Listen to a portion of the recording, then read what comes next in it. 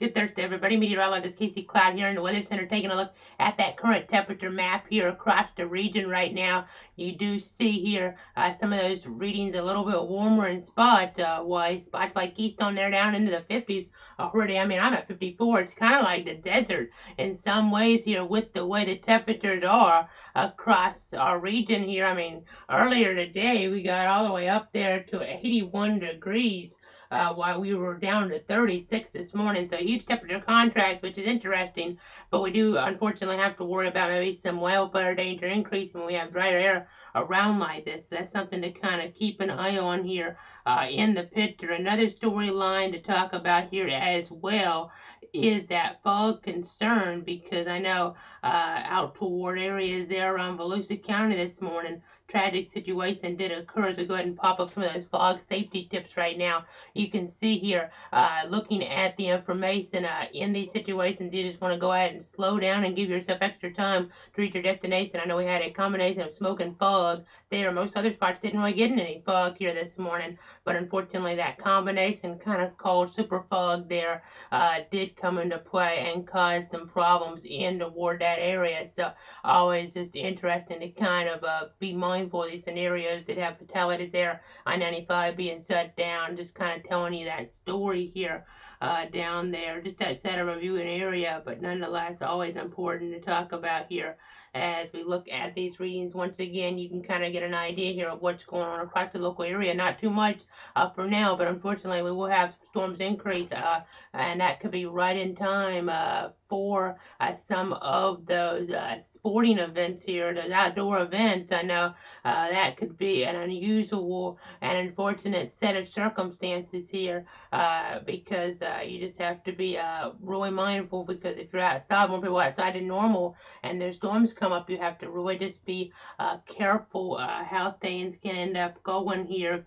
As we go ahead though, now look outside. I do have some different cameras here to pop on up here. Florida 511 camera will start off here toward Jacksonville at I-95 and Hendricks, and you'll be able to see what's going on there toward Duval County. I mean, conditions do look pretty calm out there, as you would anticipate here on this Thursday evening. I know those days are getting longer. Time change not too long away here, too far away. 6:29 was at sunset where I'm at here, just east of Stark.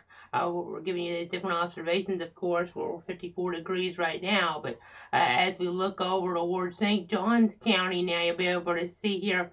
You'll be able to see what's going on this camera shot, kind of giving you another look here of the situation at I-95 and International Golf Parkway. I know things will be getting filled up on the road, especially next week for the Players Golf Tournament, which we'll talk more about here in a few minutes. And then as we get over toward Gainesville now, we're going to look toward Interstate 75.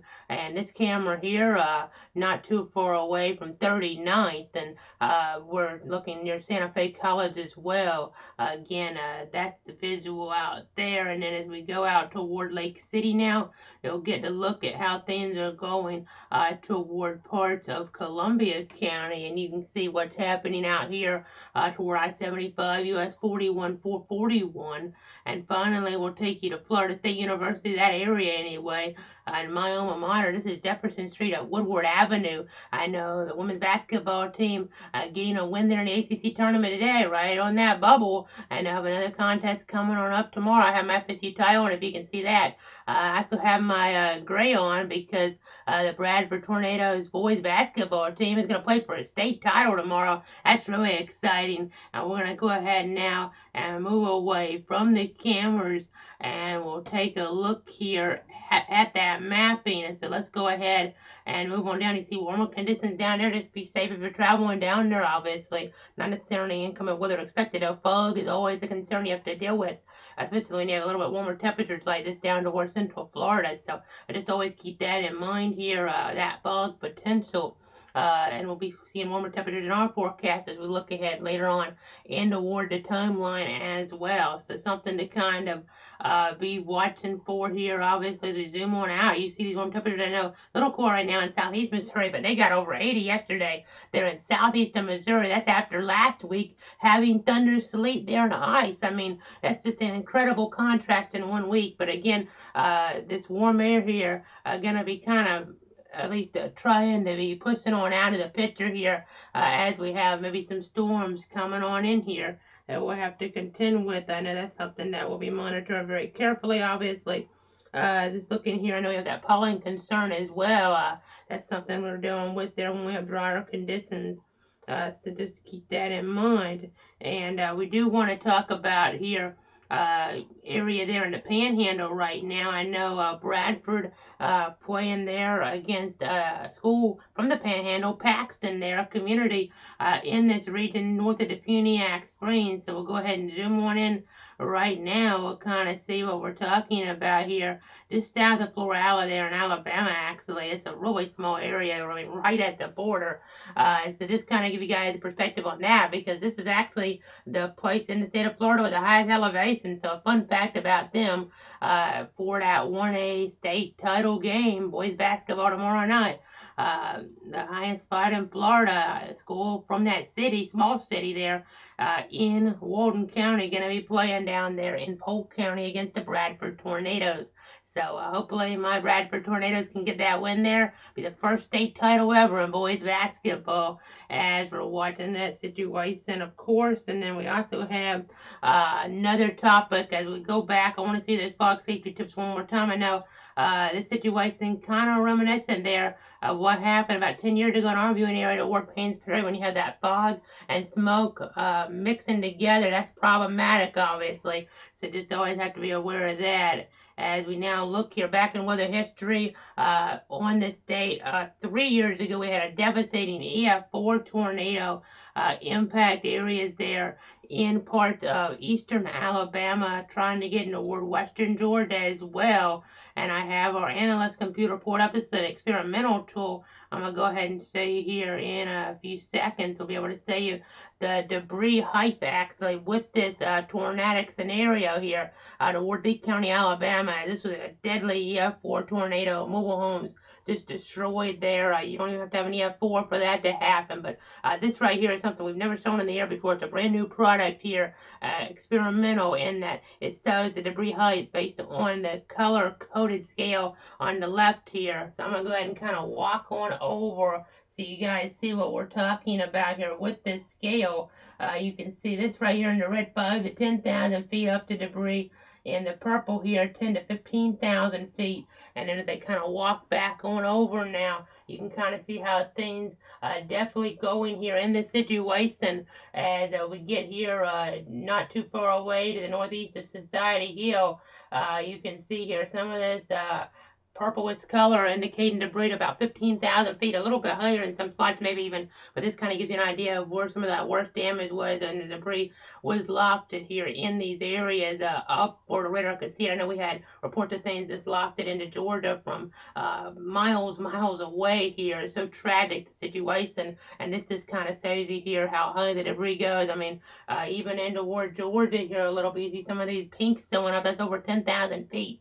The debris lofted, and that's gives you an indication of how strong this tornado was, and EF4 at one point here, causing so much devastation in eastern Alabama there, as you see with the devastating note there, that storm prompted tornado emergency situations there, as well. As we now look ahead though to some of the severe weather potential for Saturday and Sunday here, you can see here toward parts of Iowa on Saturday, toward Des Moines, toward Ames, toward Cedar Rapids. We are going to have a threat for some severe weather potential, so we have to be mindful of that here. Definitely something to kind of be watching for here out there, maybe even some tornadic activity. And then on Sunday here, we'll kind of say what we're talking about right now. We'll step on over and we'll be able to say here 15% risk here of some severe weather potential toward Little Rock in here. Obviously, you see areas closer toward Poplar Bluff there, all the way down in northeast Texas. I mean, around Texarkana. So going to be watching that potential very carefully here as we now look on over toward our rainfall forecast for the next 7 days. You can start to see some of that moisture getting closer toward our area, so we have to be watchful of that here. Definitely, you can see here toward Missouri, toward Kentucky, Illinois, Indiana, more rain there in the picture for them even accumulating. I know there's some river issues with some flooding, so that's something to be mindful of up there toward the heartland. But looking back again at weather history, I do want to go ahead and take off our clock. We'll take that off for a moment here. And we'll also take off the logo here in the corner, because this is an outbreak that happened 3 years ago. We were just alluding to here. It did not just affect areas up toward that region there in eastern Alabama toward western Georgia. We also had impacts in toward some of our covered area as well. We had a tornado toward Cairo. That was an EF2. You see that here. That was tornado number 9 here on this graphic. And then we also had what's noted as tornado number 11 toward Leon County. Just always giving you an idea that tornadoes and severe weather are more favorable this time of year here. And then as we look back at this one tornado, the F3 in Leon toward Jefferson, I know it was the second strongest tornado in Leon County since 1945. So that really telling that story for sure about how nasty that situation was here. As we go ahead now and put our logo back on the screen, kind of giving you guys an idea here of just the tornado in general. The width 700 yards there, 2 injuries. We're lucky we didn't have fatalities out of this, but another tornado that was significant on this day. And then as we look here now toward more tornadic accident on the anniversary of 2 years ago now.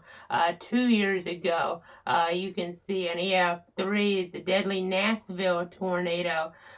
Here you can see winds to 165 miles an hour. This is underground for about 60 miles, and we ended up having an EF4 tornado on this day as well toward Cookeville. It was very significant there.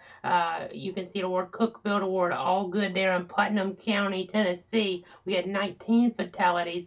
One point it was 900 yards wide, so this really telling you the scope of this. I mean, these areas a little bit higher up, and we just had things really come down. Hard to see on the radar at first, but that debris ball there.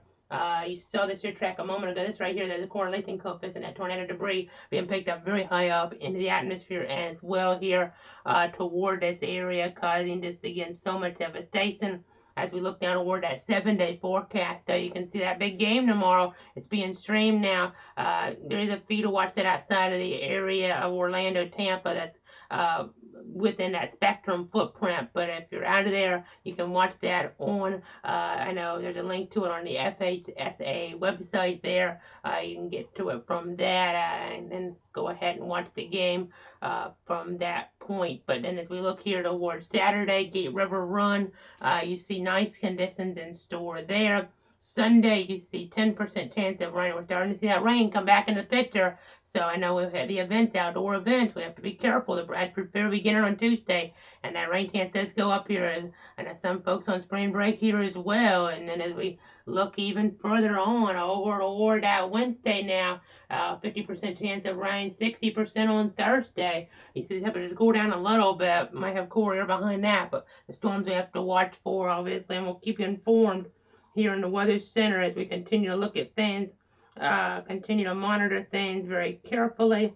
I know I talked about what happened there on I-95 this morning, the pollen danger, definitely something to be kind of watchful of here as well, that pollen level for some of you that are more vulnerable especially, and then we have to just be watching there the fire danger, but obviously once we get more rain that could put a damper on that, luckily, but we could have lightning with that, and that could still be an issue if we don't get enough rain in some spots. So something to watch for sure. I think that pretty much does it here on this Thursday. We'll go ahead now. Again, that's another look at that debris height there, going so high up there with that tornado 3 years ago in eastern Alabama.